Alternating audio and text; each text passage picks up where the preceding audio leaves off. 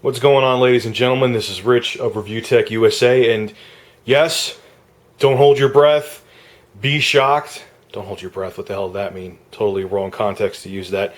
Anyway, I'm doing a semi-unboxing. I'm not a big fan of unboxings. I really think that unboxing videos are pointless unless you're doing new products, but this one is cool. So I'm going to tell you a story real quick, like how I used to do, and explain what this is. So you could probably, some of you who've been a part of my channel a long time are going to know what's in this box, but the new guys won't. So last year I was really big into retro collecting, and it just wasn't my thing completely. But this is the one, there was one system I wanted to keep, but I got it from Dragon's Den.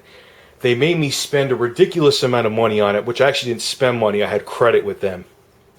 And it was just in really bad shape. Like the shape it was in, you could go to a flea market or yard sale and find a thing for $5 and they wanted $75 for it. So it just, I had to do a lot of work to it. I had to, replace caps and parts. I had to solder a the RF jack on the back of it had to be replaced. I just couldn't imagine that they asked the amount of money. So I said, you know what, even after I did the work, I didn't tell them I did the work. I mean, the thing worked fine. They would have never known, but I brought it back. But I always wanted one. So I do reviews, obviously you guys know, no shit, for Stone Age Gamer. And I don't get paid by him because that would be a conflict of interest. But due to the work that I do, I get discounts on certain products. Like, things if I want to keep them, I purchase them. And like obviously the EverDrive, I purchased that. But he hooks me up with a couple things, not free, but I get discounted prices. So I asked him about this system, and I asked him once in a while. Most of the time he didn't have one, and it was a passing thing. It wasn't like I was dying for one, but if he had one, hey, cool. I would ask him how much it was. So I asked him this time, and he actually had it in stock, and I was like, oh, okay. Send me a picture. Then he sent me a picture. There was two of them in the picture, and the one on the left was like, whoa, it was perfect. I mean, the picture was a little bit blurry, but, obviously I trust the guy, and he was like, look, the thing is like, it looks like it's brand new. So 2 minutes and 30 seconds into the video, without further ado, let me get off the clean but ragged t-shirt. And, yep, this is a Super Nintendo, and the condition that it is in, it looks like someone probably just got it, took it out of the box, kept it in a closet and never used it. It looks like, look at the completely even, all of it. Look at the bottom. There is no yellow on this whatsoever. Now, the only two systems, honestly, or three. There's three systems I care about the most. That I would actually see. To me, if I'm going to collect the system, I want to play it. I don't like just collecting. I mean, I think he has a great channel, and I appreciate it, like Gamester81.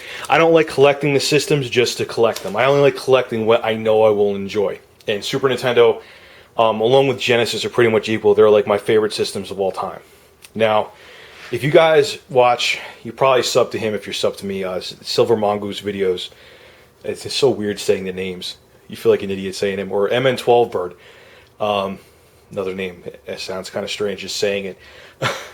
The yellowing isn't just ugly, okay? The problem with yellowing, and this is the reason why I wanted to get rid of my other one, is that it actually means that the chemical makeup of the plastic is changing and being altered. Meaning that if you keep it over time, if you look like Jake, once again, M12 Bird, he had one, it starts chipping, like he had chips along here. I can't point to it, of course, I'm holding the camera. Wherever the light was, there was chips. Where the controller ports were, there were chips. On the back, he had chips. Because the chemical makeup, like I said, the plastic is changing. It's becoming thin and brittle and breaks. And this is one of the systems I actually care about, the shape that it's in. Now, I mean, let's take a look at this again. Look at this. This is crazy, man. I just got sweat on my LCD screen of my camera because it's 1 billion degrees in my room right now. Look at that. I mean, that's just dirt. That's just dust. This is wrapped in plastic. He wrapped it up. But there's nothing. There's maybe a teeny little indent near the door here. That's it. And you could barely see it. Like if I zoom in hardcore and go into macro mode, you might be able to see it. But this thing, look at the, another way you could tell the shape of a system is the RF jacks. If they're used a lot, they get like oxidation. And of course my camera's not going to focus, but whatever. I know there's no oxidation on that. This thing had to have been either like lightly used or never used. Even the bottom, look at the feet. Look at the feet on it. There's no wear on the feet. And if you see wear, that's not the wear. That's the plastic cellophane he wrapped it in. The AV out jack. There's no like chips around the edge, like someone forced it in.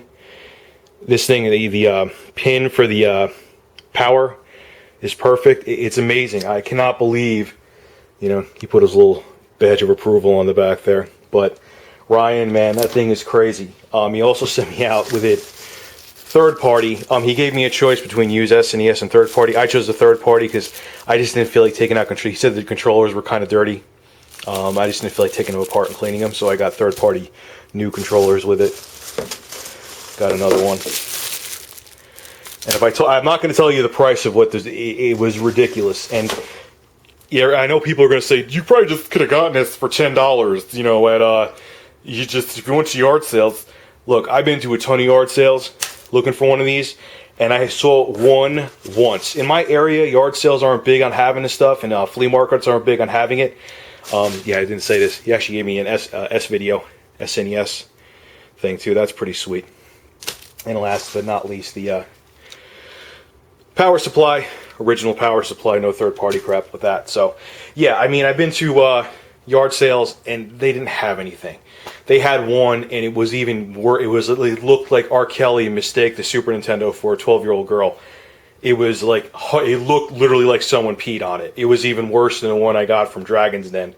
So, yeah, it's not as easy as you think. Hell, you know what? I could find one tomorrow, but the chances of finding one in this condition are very, very, very slim. And anyone out there who goes to a bunch, you know, I don't have like what Jake has by him with Value Village, you know.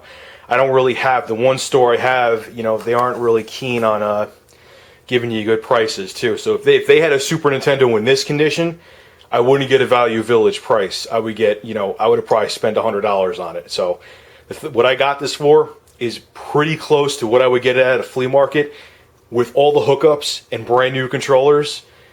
Yeah. I was going to flip this and sell it on eBay and make some profit and make a good amount of profit on it. I'm not going to. I can't. I'll never come across a Super Nintendo in this condition again. I promise you. Last but not least, the reason that actually made me, because he mentioned something else to me, and I don't know how this made me think of Super Nintendo, but Ryan from Stone Age Gamer, he gets a bunch of interesting Atari homebrews, like you saw Phantasm. I think I had another one up there. Oh, the one where I used me and Little John co-produced it together in the studio, and we I don't know what the hell I'm saying. I'm trying to be funny and I can't think of anything right now, so it's not funny. But anyway, I'll shut up. This is basically mocking. It's called Alien Greed, I think. Is there another? It's a limited edition game. It's made by Neo Games. I think it's the same people that made Phantasm, I'm not sure, number 37, and it's basically making fun of the whole debacle that Atari went through with E.T. and how they thought it was. I think it was E.T. that they produced so many copies for. They produced 2 million more copies than people had Ataris because they thought it was actually going to make people buy more Ataris. And this kind of makes fun of that whole thing. I have to read up more on it. I haven't even opened it yet, as you can see here. There's cellophane still around it. So he sent me this out just for review purposes. I got to send it back to him. So I'll be reviewing this sometime this week. And I got another gigantic, ginormous update that some of you know about that I got to talk about because it's going to change the way this channel is run. So anyway, this thing is amazing. And wow, man, Ryan, I got to thank you for the price that you asked for me. It would have taken me eons to find this. Anyway, this is Rich of ReviewtechUSA. I'll have a review up very soon, and once it's up, I will let you guys know. Have a great week.